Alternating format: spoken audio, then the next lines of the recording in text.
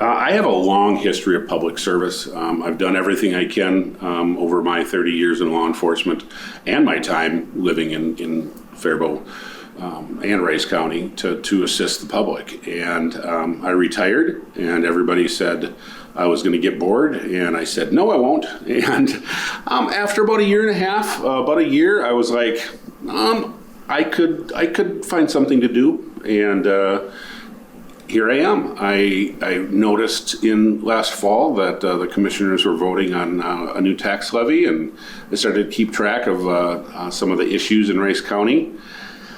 And this spring came, and I'm like, you know what? I think I'm going to make a go for it. I've got enough knowledge of the inner workings of Rice County. I have enough contacts, including many of the department heads. Everybody knows me.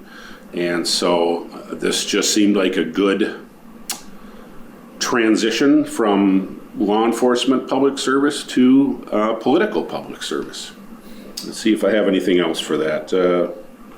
Yeah, my knowledge about Rice County and the contacts. So the two main issues that I listed, number one would be mediating tax increases to assist citizens with inflation costs.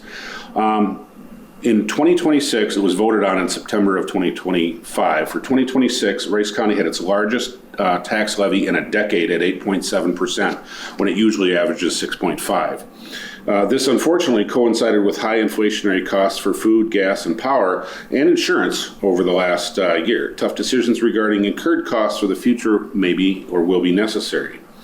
This could include construction projects, personnel appointments. I'm not advocating that we take away from current employees, but as we need strong, dedicated employees for the future, I'm just saying we may need to freeze hiring temporarily to keep the costs down until inflation can come back down. So that was my number one main issue. Another one is maintaining overall growth without raising taxes. Raising taxes in an inordinate amount. Everybody knows the taxes are going to go up. That's just unfortunate. But we still need to maintain growth. We're on a cusp, and I'll mention this again, between rural and metro, since we're just south of the metro listed metro counties. And but I believe we can maintain a small town style rural living while working towards positive economic growth to keep up with the counties to the north. This needs to be done while maintaining a lower tax levy increase record such as Rice County has had in the past. So it's a balance between keeping the taxes low enough, but trying to get enough businesses here to keep employment up and the tax base up. I'm running for county commissioner. I think I have a wealth of knowledge and understanding of our community, the county, and government. I think my business background gives me another piece of the puzzle to help navigate through the various things that are brought to the county to discuss policy matters, budget, and so forth. The couple of things that I see, excuse me, over the next few years, there's going to be, and there has been, a lot of financial pressure on local units of government to provide existing services to residents. And most of these are coming through mandates that started out with funding that came from federal and state sources. But as time's gone on, those sources of revenue have been decreasing. Yet the mandates still stay there and the needs continue to increase. This has put a lot of pressure on our property tax system. I've experienced that, 14 years at City Council, 7.5 years on the County Commission.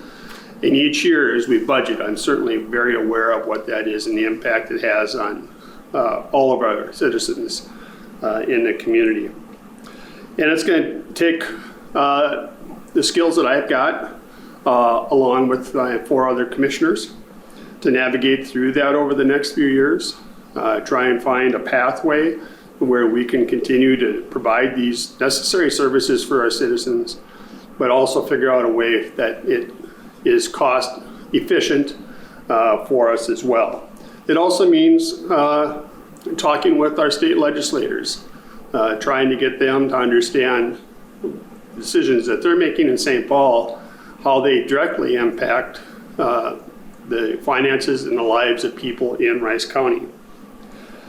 Another area too is that we're one of the few greater Minnesota counties that has been experiencing population growth. The state demographer, for the most part, sees greater Minnesota as either stagnant growth or even reduction. So we're fortunate to have that as a part of our community. It also means that there's an increase in needs that we have. The growth can improve the quality of life for residents. As more varied businesses locate here, provides more jobs, more opportunities for our families. Managing this growth with sound planning, targeted expenditures, housing opportunities, and recreational opportunities, I think, are paramount for the future of our county and for the generations to come. I've long time thought, while I've been in office over the years, is how thankful I am for people that chose to be in elected office over the decades that have been here, and some of the visions they had for a community that they probably never even saw the fruits of their labor.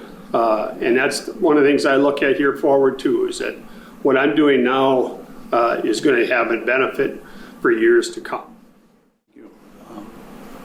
Well, everybody I talk to is tired of their taxes going up.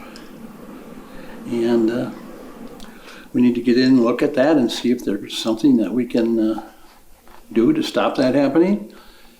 And another is I'm very active on Facebook. I have several pages, one about local issues, one about national issues. And I want to use that to inform people better about what is going on in the county.